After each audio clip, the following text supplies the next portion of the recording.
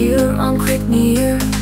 Indian Premier league 2008 का पहला मुकाबला था द केकेआर वर्सेस आरसीबी।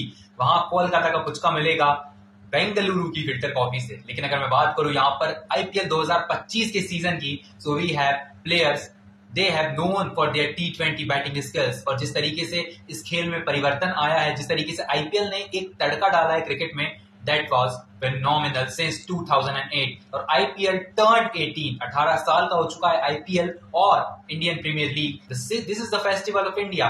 पहले हम वेट करते थे बहुत सारे इंडियन फेस्टिवल्स का, Diwali, Holi and all, but now we have included one more festival which is India का त्योहार। जी हाँ, the Indian Premier League will begin on 22nd March, जहां पर 6:30 बजे से we will see the opening ceremony, then we will witness the iconic ground of the city of the Joy, Eden gardens, जहां पर हम देखेंगे the RCB versus KKR. So let's talk about the iconic match of KKR versus RCB, जहां पर हम देखेंगे अजिंक्य रहाणे एक और कप्तानी करते हुए नजर आएंगे और उनका एक्सपीरियंस झोंकेंगे केकेआर के लिए। लेकिन वहीं दूसरी तरफ रजत पाटीदार को यहाँ पर बहुत बड़ी जिम्मेदारी दी गई है आरसीबी की तरफ से। सारे सीनियर, सारे लीडर, सारा मैनेजमेंट जो है रजत के साथ है, जहां पर हमने देखा कि एक और एक्सपीरियंस है। Ajinkya Rahane is one of the experience captain of IPL season. लेकिन अगर मैं बात करूं यहाँ पर रजत पाटीदार की, फर्स्ट टाइम कप्तानी कर रहे हैं, but under Virat Kohli leadership there is no tension for Rajat Patidar because he will lead from the front. और जहां तक रजत की बात है, जहां तक यहाँ पर जो फिल शॉर्ट है उनके पास लायन लिविंगस्टन है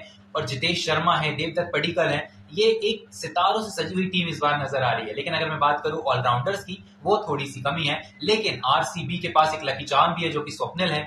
अगर बात करें यहाँ पर केकेआर की, अजिंक्य रहाणे की कप्तानी में वेंकटेश अय्यर जो कि one of the highest prized cricketers हैं आईपीएल 2025 के, लेकिन उनके साथ आपको क्या दिखता है? आपके दिखते Quinton de Kock, Rahmanullah Gurbaz, Andre Russell, Sunil Narayan.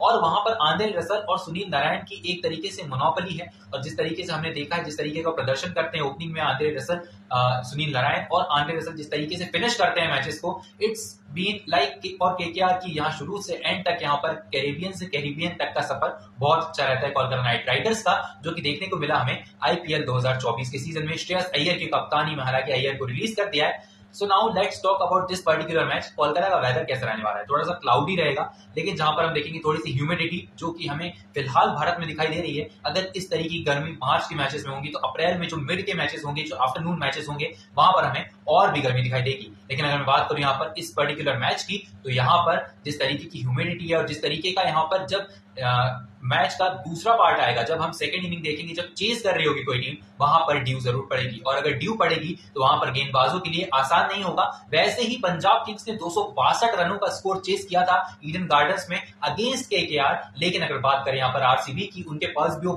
Batting lineup है, उनके पास इस बार बॉलिंग लाइनअप भी तगड़ी है। चाहे वो जॉश हेजलवुड हो, चाहे वो भुवनेश्वर कुमार हो, चाहे वो यश दयाल, चाहे वो रसिक दारसलाम हो, सुयश शर्मा जो कि केकेआर के लिए खेले हैं, फिलिप शॉर्ट जो कि केकेआर के लिए खेले हैं, उन्हें कोलकाता के ईडन गार्डन्स का नॉलेज है और वो जिस तरीके से खेलते हैं वो काम आएगा यहाँ पर रॉयल चैलेंजर्स बेंगलुरु को। और अगर मैं बात करूं यहाँ पर केकेआर की, तो वहां पर आपको क्या दिखाई देता है? ओपनिंग स्लॉट में हमारे पास दो चॉइसेस हैं, रहमानुल्लाह गुरबाज हैं और क्विंटन डिकॉक है। अगर हेड टू हेड की बात करें तो पिछले 10 खेले गए मुकाबलों में 6 मुकाबले केकेआर ने जीते और 4 मुकाबले जीते हैं द रॉयल चैलेंजर्स बेंगलुरु ने। अब अगर मैं बात करूं इस पर्टिकुलर टीम की जो कि रॉयल चैलेंजर्स बेंगलुरु की है, इनकी गेंदबाजी है स्ट्रांग है, इनका बैटिंग स्ट्रांग है, मिडिल ऑर्डर थोड़ा सा कमजोर दिखाई देता है after Virat Kohli, after Liam Livingstone थोड़ा सा इन एंड आउट रहे हैं फॉर्म में। लेकिन अगर बात करें केकेआर की, गेंदबाजी ओके है, लेकिन बल्लेबाजी उससे भी ज्यादा अच्छी है। लेकिन मिडिल ऑर्डर की बात करूं तो वो थोड़ा सा इंपैक्टफुल दिखाई देता है, क्योंकि जिस तरीके से रमनदीप ने परफॉर्मेंस की है, जिस तरीके से रिंकू ने परफॉर्मेंस की है, जिस तरीके से परफॉर्मेंस किया आंद्रे रसल ने, वो बहुत झलकता है केकेआर की परफॉर्मेंस में आईपीएल 2024 में झलका।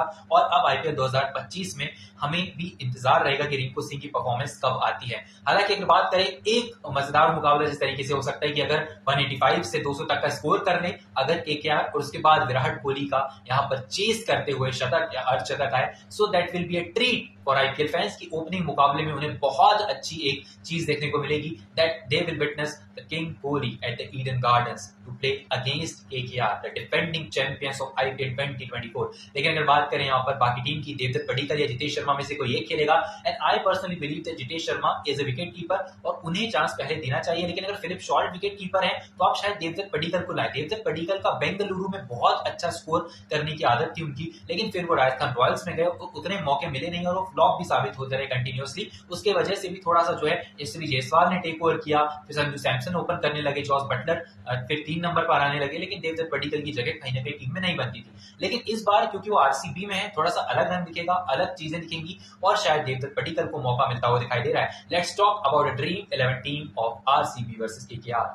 सो हम क्या देखते हैं कि जो ये फैंटेसी 11 है वहां पर हमें दिखाई देता है कि मैंने पिक किया हुआ विकेट कीपिंग सेक्शन में फिल शॉर्ट को। जी हाँ, you can pick other wicket keeping batter to which can be Jitesh Sharma for grand league, लेकिन अगर if you are playing small league then pick Philip Short in place of Jitesh Sharma. लेकिन अगर बात करें यहाँ पर बल्लेबाजी की, I have picked Virat Kohli, Rinku Singh, Rajat Patidar and Ajinkya Rahane. Ajinkya Rahane can provide stability at number 3 for KKR if someone loses their wicket early. So बल्लेबाजी में हमारे पास विराट कोहली, अजिंक्य रहाणे, रजत और रिंकू सिंह को हमने रखा हुआ है। लेकिन अगर बात करो ऑलराउंडर सेक्शन की, so we have Andre Russell, Sunil Narine and there is Krunal Pandya. Krunal Pandya के जो मिडिल ओवर्स होते हैं वो बहुत जल्दी निकल जाते हैं और उसी के लिए वो इफेक्टिव माने जाते हैं मिडिल ऑर्डर। अगर उन्होंने थोड़ा सा भी खसका दिया ना केकेआर का, सो केकेआर 180 भी स्कोर नहीं कर पाएगा। अगर बात करें गेंदबाजी की तो we can pick Josh Hazlewood, इधर we can pick Bhuvneshwar Kumar और यश दयाल, दोनों में से किसी एक को पिक कर सकते हैं, क्योंकि तीसरा खिलाड़ी हम जरूर वरुण चक्रवर्ती पिक करेंगे।